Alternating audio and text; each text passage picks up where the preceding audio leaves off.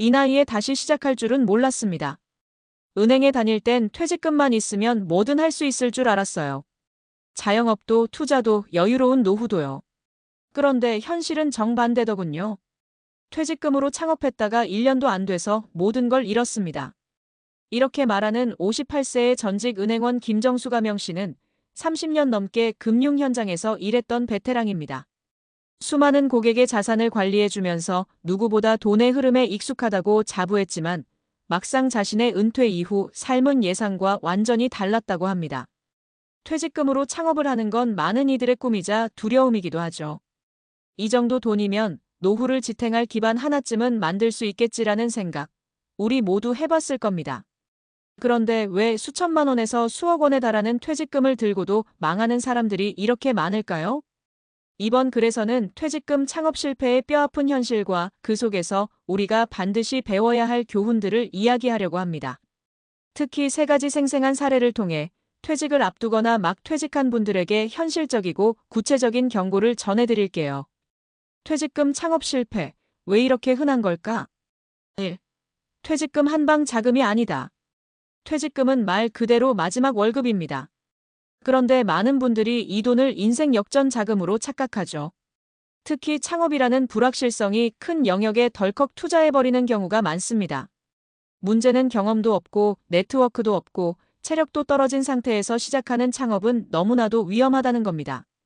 열정 하나로 성공하는 시대는 이미 지나갔고 시장은 냉정합니다. 사례 1.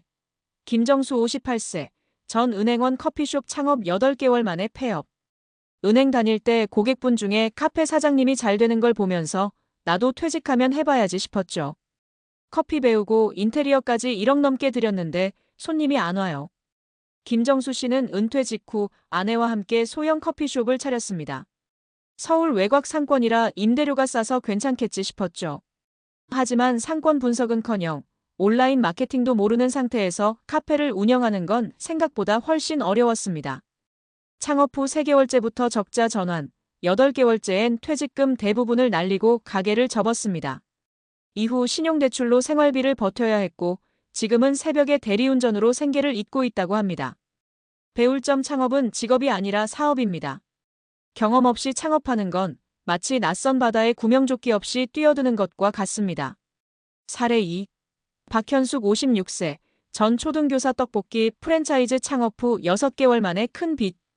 아이들 퇴근 시간 맞춰서 장사하면 괜찮겠다 싶었어요. 근데 인건비, 재료비, 수수료 다 빼고 나면 남는 게 없더라고요. 박 씨는 퇴직 후 퇴직금 7천만 원을 들여 떡볶이 프랜차이즈 가게를 열었습니다. 본사에서는 하루 매출 30만 원 이상 가능하다고 했지만 실제로는 월 평균 수익이 150만 원 남짓이었죠.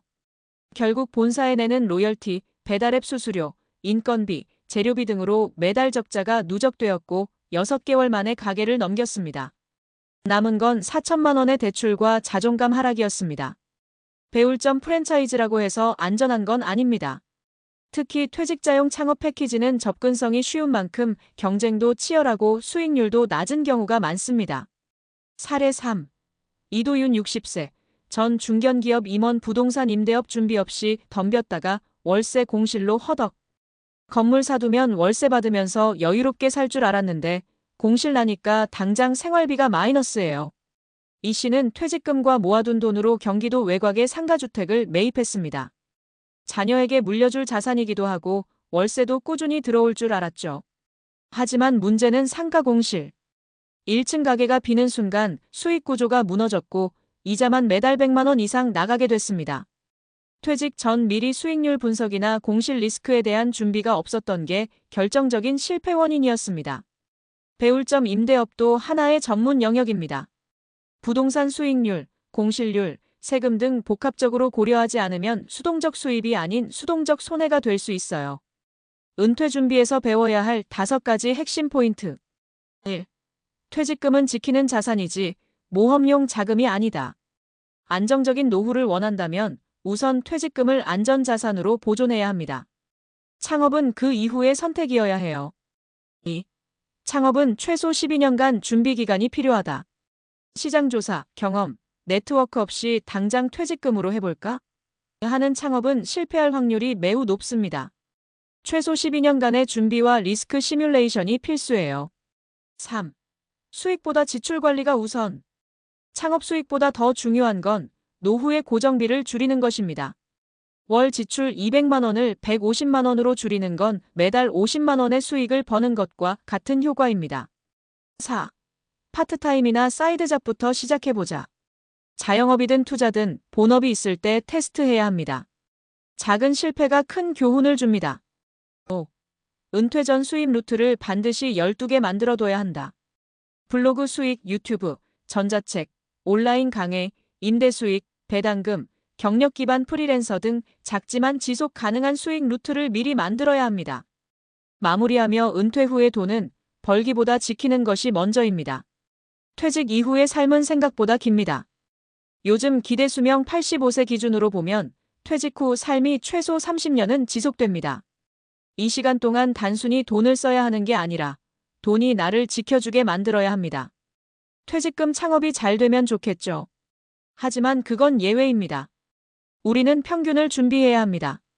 실패한 창업 뒤에 남는 건 돈이 아니라 후회입니다.